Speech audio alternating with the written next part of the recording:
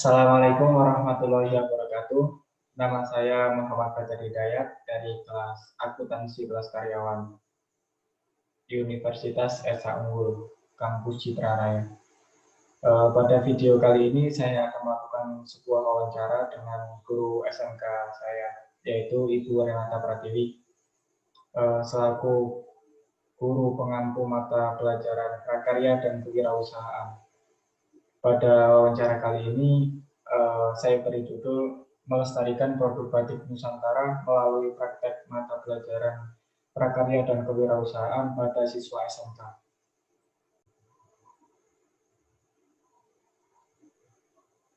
Assalamualaikum Bu. Waalaikumsalam. Maaf ya, Nak.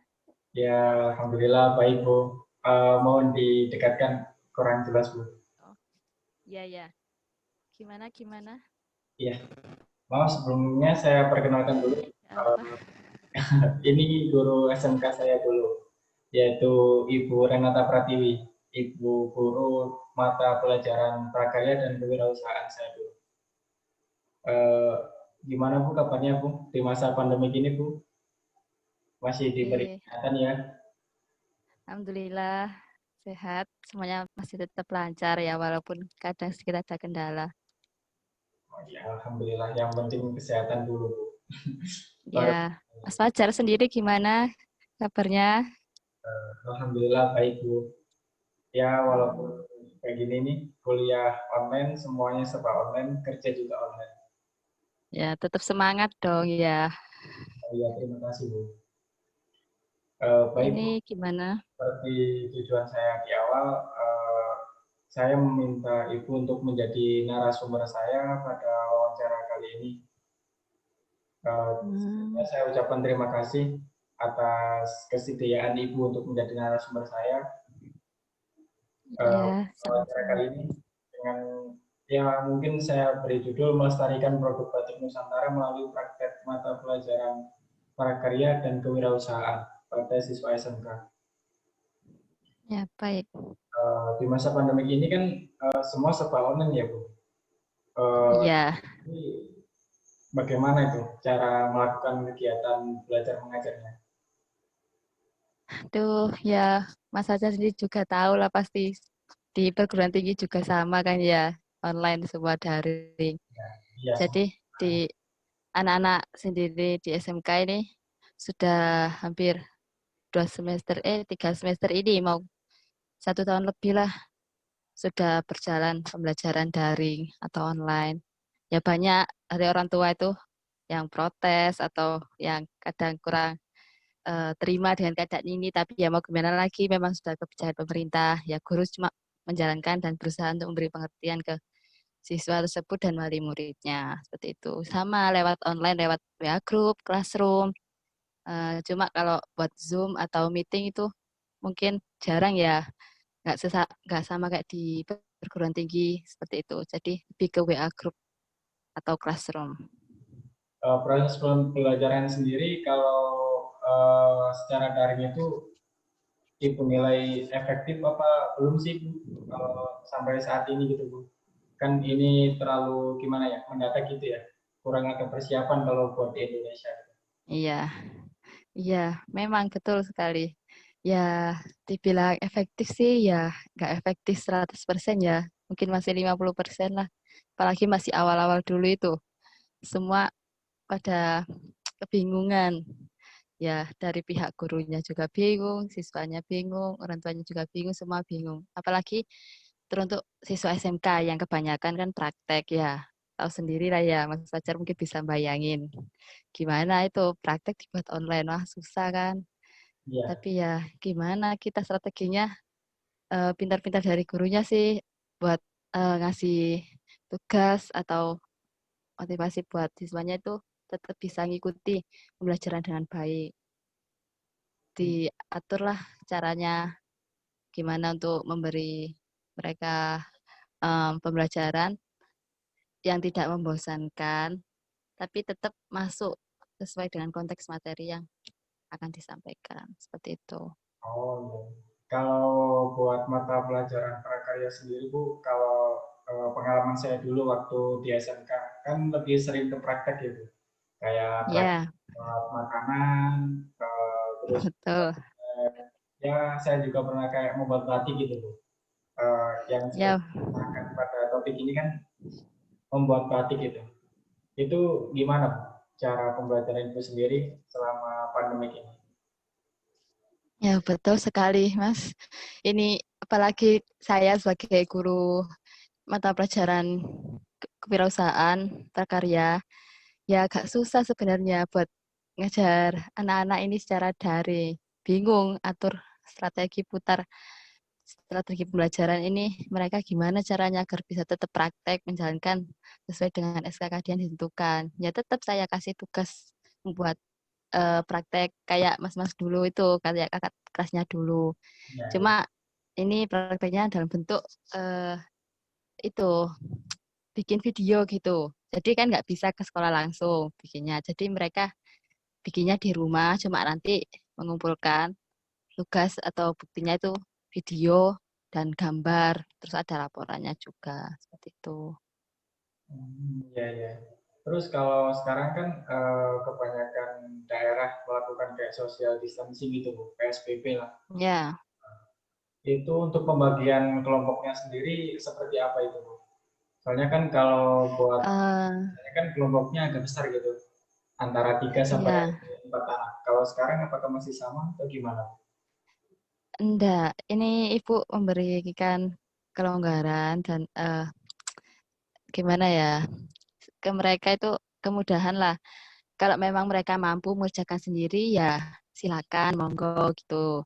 Tapi kalau dirasa memang mereka tidak mampu ya bisa berkelompok, hanya saja kelompoknya itu harus mereka itu yang se sedesa, tetangga seperti itu. Jadi nggak boleh mereka sama teman luar desanya gitu kan, soalnya social distancing juga. Jadi cuma kalau mereka ingin berkelompok maksimal cuma 3 orang saja. Tetap mematuhi protokol kesehatan seperti Oh, itu. Biar nggak ada protes Mas ya. Nanti ada pemerintah yang tahu gimana ini. iya benar. Nanti instansinya disalahkan. Ya. Kalau Iya. ya, ya. Kalau praktek itu sendiri, apa sih yang melatar belakangi Ibu memberikan praktek membuat sebuah karya yaitu batik gitu Bu? Kayak tujuan Ibu Oh ada ya. khusus Em, apa cuma mm-mm. buat menerapkan RPP aja atau gimana sih Bu? Saya kurang paham waktu SMK dulu. Gimana Mas? Maaf ada yang kurang jelas Ya, tadi Masnya bilang. itu kayak Ibu memberikan praktek membuat batik gitu. Itu Ibu punya kayak tujuan khusus kayak buat memperkenalkan apa atau cuman buat melaksanakan RPP dari Kementerian Pendidikan aja Bu? Ya, seperti ini ya Mas. Jadi memang kebanyakan praktek eh, yang dijalankan atau di mata khususnya di mata pelajaran kewirausahaan ya. Emang dasarnya sih udah ada dalam RPP, SKKD dan sesuai dengan peraturan Kementerian Pendidikan atau kurikulum yang ada. Nah, tujuannya sendiri terutama kalau praktek pembuatan batik ini sesuai dengan judul yang Mas angkat ini ya. Itu tujuannya kan pemerintah itu mengharapkan supaya anak-anak itu tahu atau paham atau bisa melestarikan budaya atau produk dalam negeri, Iya benar. khususnya batik yang memang asli dari Indonesia. Nah, kenapa sih kok mesti begitu? Nah, itu sebagai salah satu upaya buat bentuk bela negara, seperti itu implementasi. Iya Jadi searah sih kita Bu. itu diharapkan dari mata pelajaran itu tuh dari mata pelajaran itu tuh kita anak-anak itu nanti di dalam jiwanya itu terdapat gimana ya rasa cinta Indonesia terus membela negara Indonesia nggak hanya dengan perang atau mereka jadi apa itu kan salah satunya juga bisa melalui itu seperti itu. Iya, iya, iya benar. Salah satu. Dari saya sendiri memang saya setuju sih dengan hal itu. Eh, boleh maaf ya, ini ada anak saya. Kalau Oke. Eh, Berarti kalau Apalagi? itu tipe memberikan praktek itu udah dari tahun sebelumnya, dari tahun saya apa dari angkatan di atas saya udah membuat kayak praktek membuat batik tersebut. Soalnya dari cerita kakak-kakak Wah, saya itu sudah lama Mas praktek ini. udah sama sih Bu, udah Iya. buat batik gitu. Heeh. Sudah lama ini praktek batik, terutama batik ini ya. Waktu saya sekolah dulu SMP itu juga sudah praktek buat batik juga loh. Terus akhirnya saya jadi guru ini juga ya akhirnya mengimplementasikan pada murid saya seperti itu. Iya, Jadi dari SMP kita sudah diajarkan, cuma jenisnya yang berbeda-beda tingkat kesulitannya yang disesuaikan dengan jenjang pendidikannya. Jadi kan kalau dulu SMP mungkin Mas juga ngalami juga jelas. iya, iya, Saya dulu bikin batik celup gitu yang diikat. Mungkin sama, enggak tahu sama atau enggak ya. Ya, iya. seperti itu. Terus kalau di SMK ini, terutama di SMK di Mojago ini sudah mengenalkan tulis. Jadi menggunakan alat tradisional batik loh Mas yang pakai canting. Mas kan dulu iya enggak? Saya ajar enggak sih? Kalau waktu saya Di sih kelas 11-nya. lebih ke Iya, batik celup gitu Bu, bukan belum yang saya dulu. eh, halo. Halo, ye. Maaf ya, nak. Di sini sinyalnya jelek. Oh iya iya Kak. Maaf, maaf, nak. Iya iya. Gimana tadi sampai mana? Ya, saya ulang lagi tadi. Kalau Ye. di zaman saya dulu sekolah, hasil dari praktek batik tersebut kan cuma dikumpulkan Bu, buat dibuat taplak meja di ruang guru. Kalau nggak gitu ada yang guru yang membawa pulang. Apakah tetap sama buat di tahun ini? Seperti itu Bu. Oh iya, iya. Kalau di tahun ini enggak sih, Mas. Saya ini sebagai khususnya di anak kelas 11, kan saya sekarang ngajar 5 kelas di 11 AK, Ya, ya, AK 1 sampai 5. ya.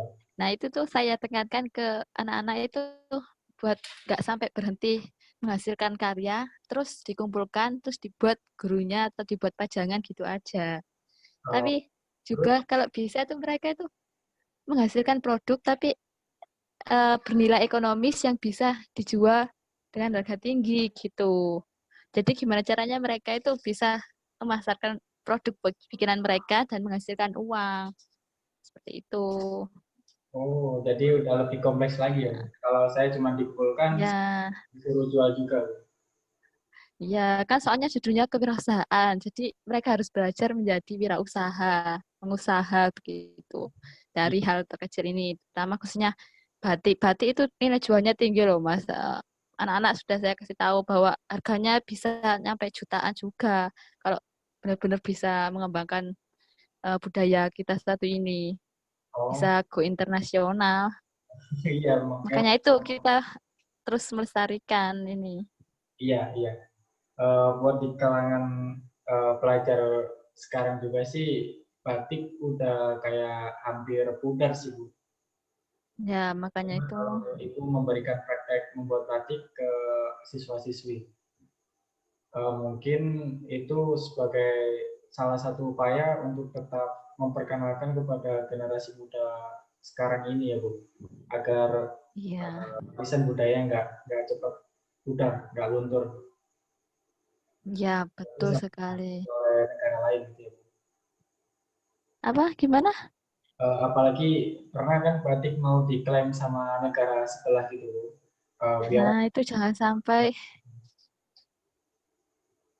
Iya, jangan sampai itu buatan kita sendiri, hasil dari negeri kita sendiri asli. Eh, Gimana ya? 100% Indonesia real identitas diri kita lah. ya, Jadi makanya itu pemerintah terutama khususnya Kemendikbud, melalui Kemendikbud, mengupayakan implementasi bela negara melalui pelestarian batik itu. Jadi di tingkat SMP, SMA itu sudah dikenalkan mereka gimana caranya membuat batik, terus gimana caranya mencintai itu, terus memperkenalkan ke orang-orang lain. Jadi supaya tidak punah apalagi dimiliki orang lain kan itu punya negara kita gitu loh Mas. Iya, Dibela harusnya. iya benar-benar. Berarti kesimpulan wawancara kita kali ini, proses pembelajaran Ibu seperti memberikan praktek untuk membuat batik tersebut sudah cocok ya Bu untuk sebagai contoh, salah satu contoh implementasi eh, bela negara di khususnya di lingkungan sekolah gitu ya Bu. Ya, betul sekali. Itu saya rasa ya cukup efektif lah Mas, sudah cukup sangat membantu dalam upaya bela negara terutama bagi ditanamkan untuk anak-anak sekolah mulai dari pembelajaran atau pelatihan pembuatan batik itu. Jadi anak-anak biar tahu apa yang dimiliki Indonesia itu apa dan kita harus menjaganya. Seperti itu. Jadi nggak cuma melalui mata pelajaran PPKN saja itu sebenarnya apa kayak pelajaran bela negara itu enggak, tapi di pelajaran-pelajaran lain itu saya di itu terselip tujuan dan maksud yang tujuannya itu untuk bela negara gitu ya Iya, iya, iya. maksudnya. Oh iya, iya.